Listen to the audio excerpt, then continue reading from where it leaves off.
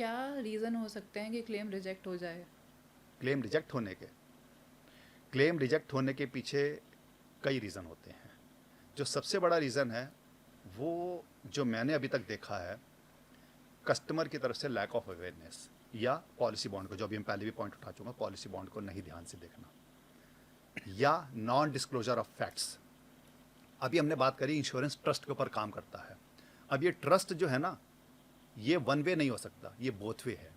Insurance company मेरे ऊपर trust कर रही है, मुझे इंश्योरेंस कंपनी के ऊपर ट्रस्ट करना है। इंश्योरेंस कंपनी की ड्यूटी बनती है कि वो मुझे सारी जानकारी दे, और मेरी ये ड्यूटी बनती है कि मैं इंश्योरेंस कंपनी को सारी जानकारी दूं। मैं आपको एक केस बताता हूं। एक क्लाइंट के टर्म इंश्योरेंस की बात चल रही थी, मैं उसको समझा रहा था। He used to smoke, he used to drink. वो स्मोक भी करता था, ड्रिंक भी करता है। जब मैंने उसको बोला, तो क्योंकि जब हम प्रपोजल फॉर्म भरते हैं तो एज पर अगेन ट्रस्ट फैक्टर है, तो सेक्शन 45 ओबेरिमा फाइट्स, इसको अटमोस्ट गुड फेथ कहते हैं। इंश्योरेंस एक्ट 1938 का सेक्शन 45 आता है कि जहां पे हमें सारी मटेरियल इन्फॉर्मेशन को डिस्क्लोज करना जरूरी है, क्योंकि इंश्योरेंस कंपनी उसी बेसिस के ऊपर रिस्क ले रही है ना। अभी थोड़ी देर पहले हमने बोला ना कि एक हेल्दी आदमी को 1 करोड़ का इंश्योरेंस 8-10 हज़ार में मिल सकता है, लेकिन एक जिसके ऊपर थोड़ा सा रिस्क है, जो मॉडरेट रिस्क के अंदर है, उसके ऊपर हो सकता है 12 से 15 हज़ार रुपये प्रीमियम। ये प्रीमियम क्यों बढ़ा रही है कंपनी? ये उन्हीं बेसिस के ऊपर बढ़ाती है। अब मुझे मालूम था, अगर मुझे नहीं मालूम था तो उसमें फिर मेरी गलती नहीं है। मुझे मालूम था कि वो व्यक्ति स्मोक भी करता है, ड्रिंक भी करता है। तो जब हम उसका प्रपोजल फॉर्म भर रहे थे तो उसमें मैंने उससे बोला, मैंने कहा आप स्मोक करते हैं, कितना number of cigarettes per day आप बताइए मुझे। तो कह रहा संजय फिर तो मुझे पॉलिसी मिलेगी नहीं अगर मैं डिस्क्लोज करूंगा। मैंने कहा आप डिस्क्लोज नहीं करेंगे तो मैं अपनी मर्जी से लिख दूंगा, तो बेहतर है कि आप मुझे बता दीजिए। कह रहे फिर तो पॉलिसी इशू नहीं होगी। मैंने कहा वो सेकेंडरी है।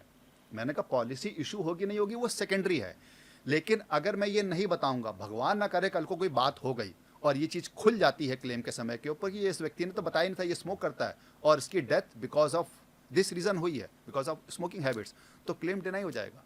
ओके। तो आपका परिवार तो मुझे गालियाँ देगा ना, कंपनी गाली देगा। मैं वो चीज़ नहीं चाहता।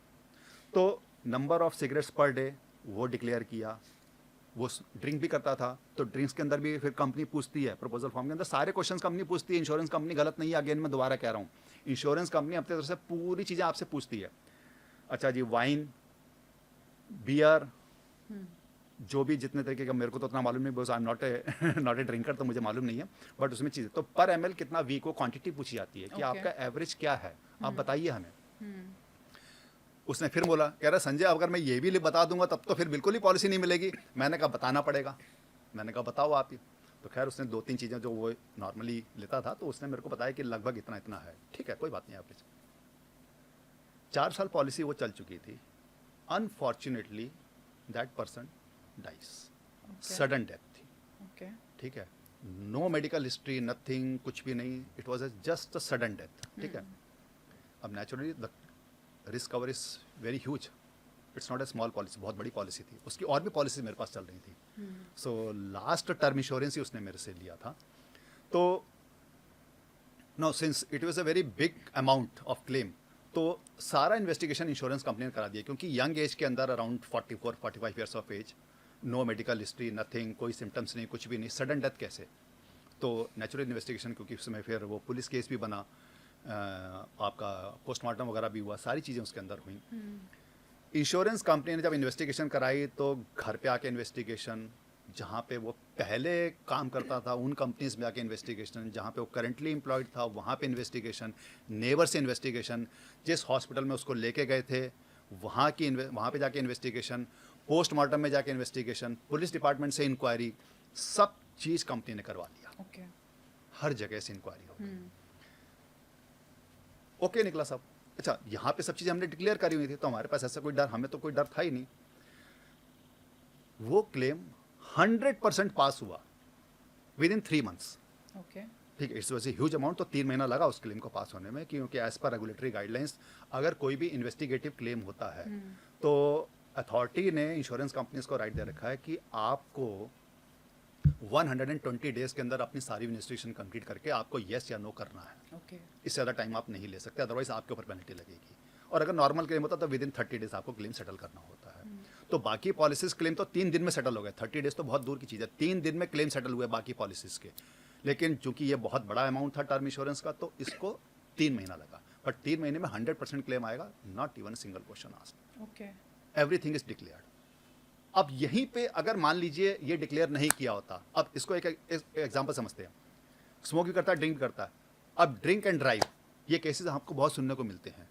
अभी आपने थोड़ी देर पहले बताया कि एक्सीडेंट्स के रेट्स काफ़ी ज़्यादा हैं, तो एक्सीडेंट के अंदर ड्रंक एंड ड्राइव के केसेस बहुत आते हैं। अब मैंने तो अपनी पॉलिसी लेते समय कंपनी को बताया जी मैं तो साधु संत आदमी हूँ, मैं तो जी बिल्कुल ड्रिंक नहीं करता, कुछ भी नहीं करता, ठीक है जी, बिल्कुल मैं तो सच्चा हूँ। डेथ किस में हुई? ड्रंक एंड ड्राइव केस में। इंश्योरेंस कंपनी का सबसे पहला क्वेश्चन ये उठेगा, जो जब वो क्लेम जाएगा इंश्योरेंस कंपनी का, प्रपोजल फॉर्म उठाएगी कि प्रपोजल फॉर्म में क्या डिक्लेयर किया था। वहाँ पे डिक्लेयर किया है non drinker and the person died in an road accident in A drunken state. तो सो क्लेम कंपनी ने आपको धोखा दिया, आपने कंपनी को धोखा दिया, तो कंपनी क्लेम क्यों देगी भाई आपको? ओके अगर उसने लिखा होता फॉर्म में कि हाँ, वो ड्रिंक करता है, हाँ, तो ड्रिंक एंड ड्राइव में उसको पूरा क्लेम मिलता। अब यहाँ पे जो क्वेश्चन आता है, अगर आप लॉ के अगेंस्ट कोई काम कर रहे हो तो भी नहीं और मिलता। तो डेथ हो जाएगा, तो as per law of the land the claim will be denied. अब क्या drink and drive is a lawful activity? बताइए आप मुझे। लॉ तो इलीगल तो है, लेकिन फाइन चालान लगा के छोड़ देते हैं फिर। देखिए फिर अगेन हाँ। उस तरफ मैं फिर नहीं जाऊंगा कि वो चालान लगा के छोड़ दिया, बट चालान क्यों लगाया? Because it is an illegal activity. Okay challan लगा के छोड़ दिया, ठीक है, बट है तो इलीगल ना, that means it is not legalised कि आप ड्रिंक करके ड्राइव करो। हाँ, अगर यही वो ड्राइव ना कर रहा होता, रोड पे खड़ा पैसेंजर होता रोड पे खड़ा होता, तो कोई बात नहीं, तो मिलता क्लेम। तो क्लेम मिल जाता क्योंकि डिक्लेयर किया हुआ था। और अगर सपोज लिखा हुआ है कि नॉन स्मोकर है, नॉन ड्रिंकर है, पर 1 साल बाद उसने स्मोक और ड्रिंक करना शुरू कर दिया, तो कैसे अपडेट कराना पड़ता है? हाँ, अगर मैं लाइफ इंश्योरेंस की बात करूं तो लाइफ इंश्योरेंस एक लॉन्ग टर्म कॉन्ट्रैक्ट होते हैं, लंबी अवधि के 10 साल, 15 साल, 25 साल की पॉलिसीज ली जाती हैं। यहाँ पे इंश्योरेंस कंपनी ये कहती है कि जिस समय आप हमारे साथ कॉन्ट्रैक्ट में एंटर हो रहे हैं, उस समय की जो सिचुएशन है वो आप मुझे सही से बता दीजिए। ओके बाद में मेरी हैबिट चेंज हो सकती हैं, उसमें कोई, उसके लिए कोई दिक्कत नहीं है, उसमें कोई प्रॉब्लम नहीं है। अगर कोई इन्वेस्टिगेशन भी होगी तो वो that has to be proved, उसको प्रूव करना पड़ेगा, ठीक है भाई, उस टाइम पे नहीं करते थे, बाद में वो आदत पड़ गई।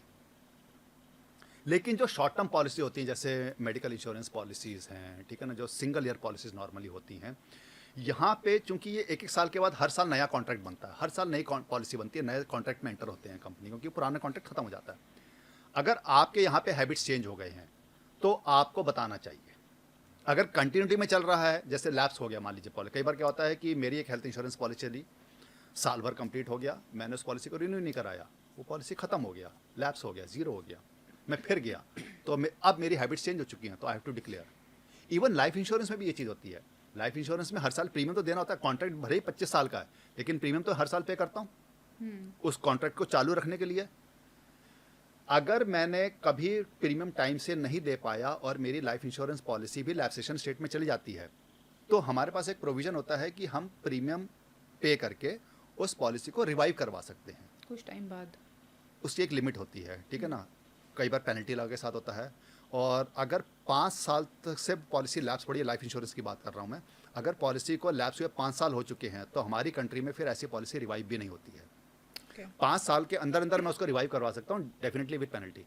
लेकिन जब मैं पॉलिसी को रिवाइवल के लिए जाऊँगा तो मुझे डिक्लेरेशन देना पड़ता है कि अब मेरी हेल्थ की क्या है, मेरा जॉब प्रोफाइल क्या है, मेरा रिस्क प्रोफाइल क्या है, मेरी हैबिट्स में कोई चेंज आया है, मेरे लाइफस्टाइल में कोई चेंज आया है, I have to again declare to the insurance company. उसी बेसिस के ऊपर इंश्योरेंस कंपनी फिर डिसीजन लेती है कि आपका लाइफ इंश्योरेंस पॉलिसी को हमें रिवाइव करना भी है या नहीं करना, और अगर करना है तो किन टर्म्स कंडीशंस पे करना है, तो मुझे तब फिर डिक्लेयर करना पड़ेगा। लेकिन अगर कंटिन्यूटी में चल रहा है, मैं प्रीमियम टाइम से भर रहा हूँ लाइफ इंश्योरेंस में, तो कोई दिक्कत नहीं है। इवन हेल्थ इंश्योरेंस में अगर कंटिन्यूटी में चल रही है पॉलिसी, हर साल मैं टाइम टू टाइम उसको कराता जा रहा हूँ विदाउट गैप, तो कोई प्रॉब्लम नहीं है।